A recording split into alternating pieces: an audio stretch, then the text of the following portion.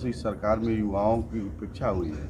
युवा की बात सब करते हैं, लेकिन एक बहुजन समाज पार्टी ही ऐसी पार्टी है जो युवाओं का सम्मान करती है, और उस सम्मान के बदले ही आज आपको शिवांग सिंह सेहतवार को आदरणीय बहन कुमारी मायावती जी ने रिप्रेजेंट करने का एक अवसर दिया है। यहाँ पे समाजवादी योग को भी देख लिया, और ये कहा जाता है कि जो जितना बड़ा अपराधी वो उतना बड़ा समाजवादी। तो ये हाटा की विधानसभा ने 2012 से 17 में किस तरह से गुंडई हुआ, अधिकारियों को किस तरह से गाली दिया गया। मैं काशी हिंदू विश्वविद्यालय से पढ़ा लिखा एक युवा हूँ। शिक्षा वो शेरनी का दूध है, जो जितना पिएगा उतना दहाड़ेगा, बाबा साहब ने कहा था।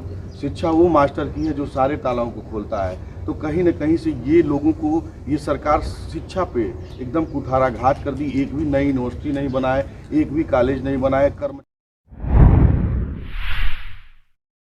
अभी हम लोग हाटा विधानसभा में उपस्थित है और हमारे साथ लाइव पे शिवांग सिंह सेहतवार जी बने हुए हैं, जो कि बहुजन समाज पार्टी से टिकट लेकर के 2022 के चुनाव में अपने आप को प्रबल दावेदार के रूप में साबित कर रहे हैं और प्रचार प्रसार कर रहे हैं। तो आइए मिलते हैं इनसे और जानते हैं इनके चुनाव मुद्दे को कि किस मुद्दे को लेकर के 2022 के चुनाव में अपना प्रचार प्रसार कर रहे हैं। तो डेली लाइव न्यूज चैनल में स्वागत है आपका नेताजी। बहुत बहुत धन्यवाद आपके चैनल को। और मैं अपने शीर्ष नेतृत्व आदरणीय बहन कुमारी मायावती जी को हृदय की गहराइयों से धन्यवाद देता हूँ कि उन्होंने इस 33 साल के नौजवान को अवसर दिया कि इस बार जो 40% युवा जो वोट करने जा रहा है वो युवाओं की प्रतिनिधित्व करने जा रहा है। तो युवा का चेहरा उसको देखना चाहिए, और जो युवा अपनी बात जाकर के जो उनके साथ जिस तरह से इस सरकार में युवाओं की उपेक्षा हुई है। युवा की बात सब करते हैं, लेकिन एक बहुजन समाज पार्टी ही ऐसी पार्टी है जो युवाओं का सम्मान करती है, और उस सम्मान के बदले ही आज आपको शिवांग सिंह सेहतवार को आदरणीय बहन कुमारी मायावती जी ने रिप्रेजेंट करने का एक अवसर दिया है, और मैं उनके लिए उनका बहुत बहुत आभार करता हूँ। आपने बताया कि आपकी उम्र 33 वर्ष हो रही है, तो काफी कम उम्र में आपको हाटा विधानसभा का नेतृत्व करने का मौका मिल रहा है। तो क्या आपको लगता है कि आप एक विधायक की जिम्मेदारियों को भली भांति संभाल पाएंगे? बिल्कुल, मुझे ये लगता है कि जनता इस बार नए चेहरे को देखना चाहती है। पुराने लोगों को वो देख चुकी है।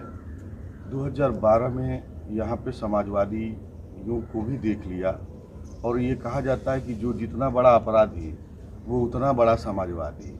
तो ये हाटा की विधानसभा ने 2012 से 17 में किस तरह से गुंडई हुआ, अधिकारियों को किस तरह से गाली दिया गया, किस तरह से अभद्र टिप्पणियाँ और तमाम गुंडई दो पार्ट में विधानसभा को फाड़ देना, गाँव को 2 पार्ट में बना देना, वो जनता पुराना समय 2012 से 17 वाला नहीं देखना चाहती। फिर 2017 से 2022 की जो समय है वो भारतीय जनता पार्टी ने किस तरह से युवाओं की उपेक्षा की, हर वर्ग की उपेक्षा की, नौकरी, रोजगार, आरक्षण सब कुछ छिन गया, और किसान की हालत आप देखे ही 700-1000 से ऊपर किसान शहीद हो गए। किसान के उचित मूल्य नहीं मिल रहे हैं। आज खेत में उनके जो समस्याएं हैं, नीलगाय और जो है सड़वा पड़वा की ये सरकार है। आप आज किसान परेशान है, उनके जो MSP मिलने चाहिए वो भी नहीं मिल रहे हैं, और युवाओं को रोजगार नहीं मिला। जिस तरह से आप देख रहे हैं कि युवा मार खा रहे हैं, जा कर के पीटे जा रहे हैं, और आरक्षण में इतनी बड़ी घोटाले हुए। मैं स्वयं एक पिछड़े समाज से आता हूँ, तो आरक्षण की बात अगर दूध की रखवाली बिल्ली को करने के लिए दे दिया जाए तो वो कतई आपका आरक्षण की बात नहीं करेगा। लेकिन मैं स्वयं एक पिछड़े समाज से आता हूँ, अगर मेरा आरक्षण समाप्त होगा तो पिछड़े समाज का आरक्षण समाप्त होगा। इसलिए उनके आरक्षण जो हकमारी हुई, जिससे 69,000 शिक्षकों की भर्ती हुई, OBC के तमाम पदों पर ये कह दिया गया कि NPS मतलब इनको जो देश की 52% आबादी है उसको नॉट फाउंड सुटेबल, एक आप वर्ड देखे होंगे आज बहुत चल रहा है। ये सरकार ने 5 साल ऐसे ही पिछड़ों को कह दिया कि पिछड़े समाज के लोग जो है वो पढ़े लिखे ही नहीं हैं। तो इस तरह से तमाम छलावा जो ये किए हैं, और जनता पूरी मन बना ली है कि इनको हटाना है। लेकिन आपकी क्या मुद्दाएं हैं जिसको लेकर के आप 2022 के चुनाव में अपना प्रचार प्रसार कर रहे हैं? देखिए, हमारी मुद्दाएं सड़क, शिक्षा, स्वास्थ्य, नौजवानों को उनका सम्मान मिले। आज जो नौजवान नौकरी के लिए परेशान है, 5-5 साल वो यह इंतज़ार कर रहा है कि कब वैकेंसी निकलेगी। वैकेंसी निकल रही है तो रद्द हो जा रही है। और रद्द हो रही है, तो पेपर भी लीक, जिस तरह से पेपर देखे आप लीक हो जा रही है, एनटीपीसी की पेपर लीक हुई। मतलब इस तरह से नौजवान तो एकदम उपेक्षित है इस सरकार से। और यह सरकार भी प्रायोजित तरीके से यह चाहती है कि जब जब चुनाव आए तो हम 10,000 पद निकालें, 20,000 पद निकालें, 50,000 पद निकालें। तो नौजवान बताइए, जिसकी उम्र अगर 18 साल, 19 साल, 20 साल है, 5 साल गुजार दिया, नौकरी नहीं मिला, फिर 5 साल गुजार दिया, 32 साल का हो गया, तब तो उसका जीवन खराब हो गया। तो वो नौजवान किसान आज परेशान चल रहा है।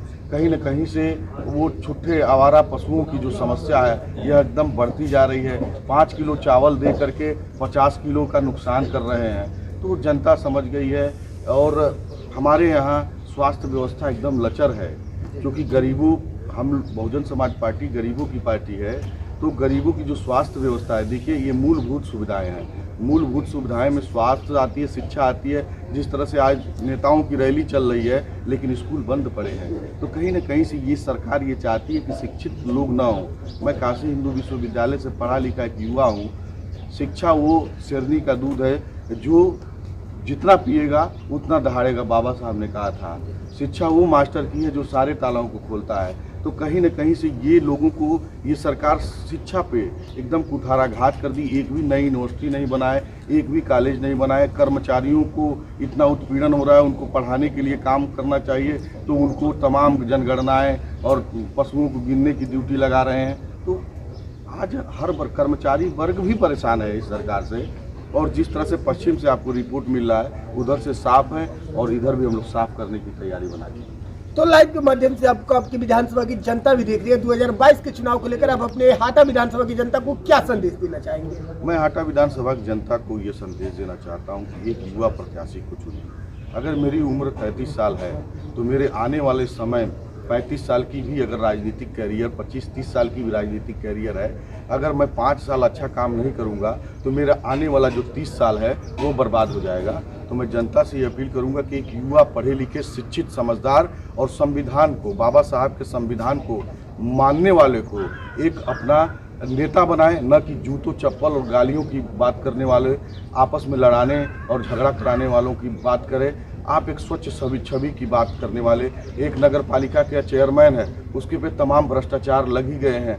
यहाँ पे आप किसी से भी पूछिएगा, आवास इतने बड़े घोटाले हैं नगर पालिका में। गांव में आपको आवास नहीं मिल रहा है, बच्चों, गरीब लोगों को आवास नहीं मिला, लेकिन शहरों में इतना बड़े पैमानों पे घोटाला चल रहा है कि जिसका 1 तल्ला है उसको 2 तल्ला मिल रहा है, जिसका 2 तल्ला है उसको 3 तल्ला मिल रहा है। और 50-50 हज़ार रुपये एक आवास पे घोटाला हुआ है। मैं आपसे, आपके चैनल के माध्यम से ये कहना चाहता हूँ कि अगर क्षेत्र की जनता मुझे यहाँ विधायक बनाई और हमारी सरकार बनती है तो नगर पालिका के व्यापक भ्रष्टाचार को उजागर करने का काम शिवांग सिंह करेगा। और जनता का पैसा जिस तरह से ये लोग बंदर बाट किए हैं और दलाली करके ये जो पैसा का वितरण करके टिकट खरीदे हैं, पैसा ये जनता का पैसा है। अगर इस पैसे का सदुपयोग कर रहते, सार्वजनिक सेवा में काम किए रहते, शिक्षा की व्यवस्था किए रहते, रोजगार की व्यवस्था किए रहते, आज संविदा कर्मी को लेकर के प्रचार कर रहे हैं। बताइए, उस संविदा के जो सफाई कर्मी हैं उनका काम है सफाई करना।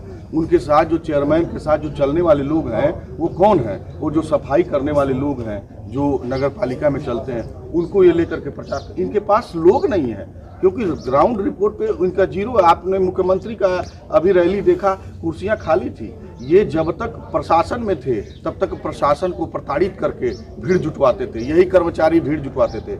अब सब सचेत हो गए हैं। 5 साल इतने भुक्तभोगी हो गए हैं कि कोई इनको देखना पसंद नहीं कर रहा है। और पुनः मायावती जी की सरकार को, आदरणीय बहन कुमारी मायावती जी की सरकार को लोग देखना चाहते हैं कि बहन जी ने गरीबों के लिए, आज पढ़े लिखे लोगों को नौकरी नहीं मिल रही है, लेकिन भारत के इतिहास में 1,08,000 सफाई कर्मियों की नियुक्ति हुई है। भारत के इतिहास में सबसे बड़ा पद है जो कम पढ़े लिखे, 5 पास, 6 पास, 8 पास लोगों को भी नौकरी दिया। जो पढ़े थे उनको तो मिला ही, बैकलॉग भर्ती निकाली, तमाम OBC SC लोगों को वो मिला।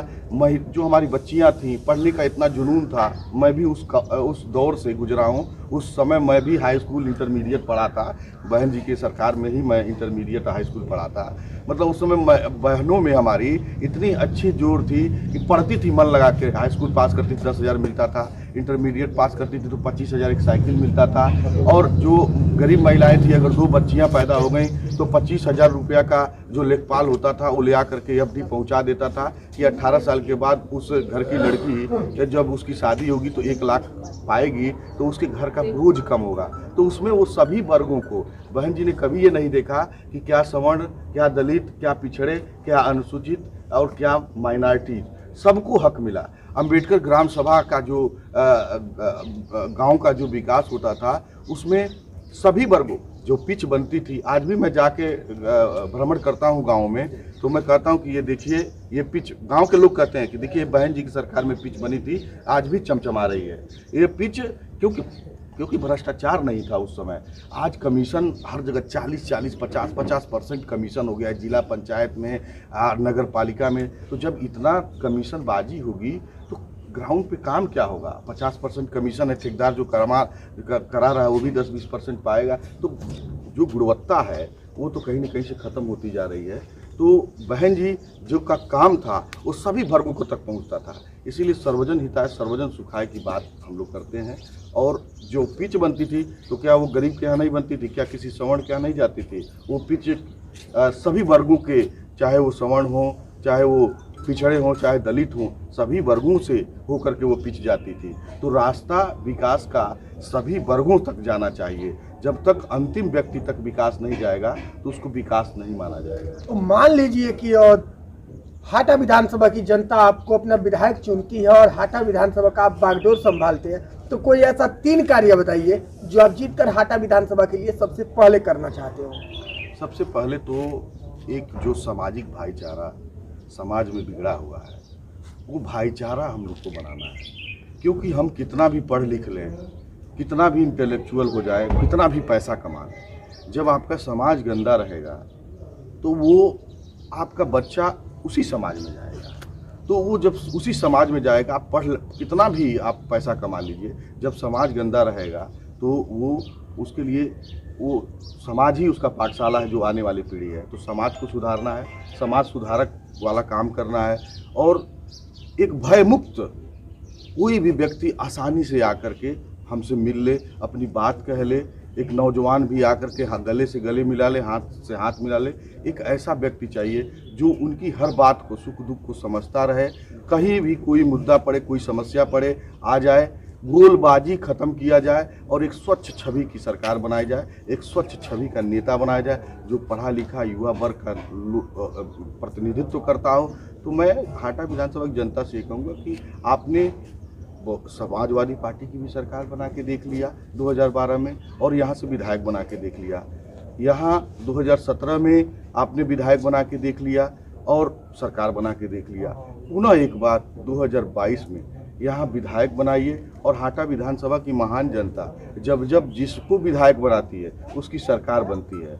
तो इस बार कहीं न कहीं से मुझे ये आभास हो रहा है और पूरे प्रदेश को, विधानसभा को भी ये आभास हो रहा है कि इस बार शिवांग सिंह को जिताया जाएगा और बहन जी की सरकार भी बनेगी और बहन जी उचित सम्मान इस विधानसभा को देने का काम करेंगे। चलिए जी, डेली लाइव न्यूज चैनल के साथ जुड़ने के लिए और अपना कीमती समय देने के लिए बहुत बहुत धन्यवाद नेताजी। बहुत बहुत धन्यवाद आप।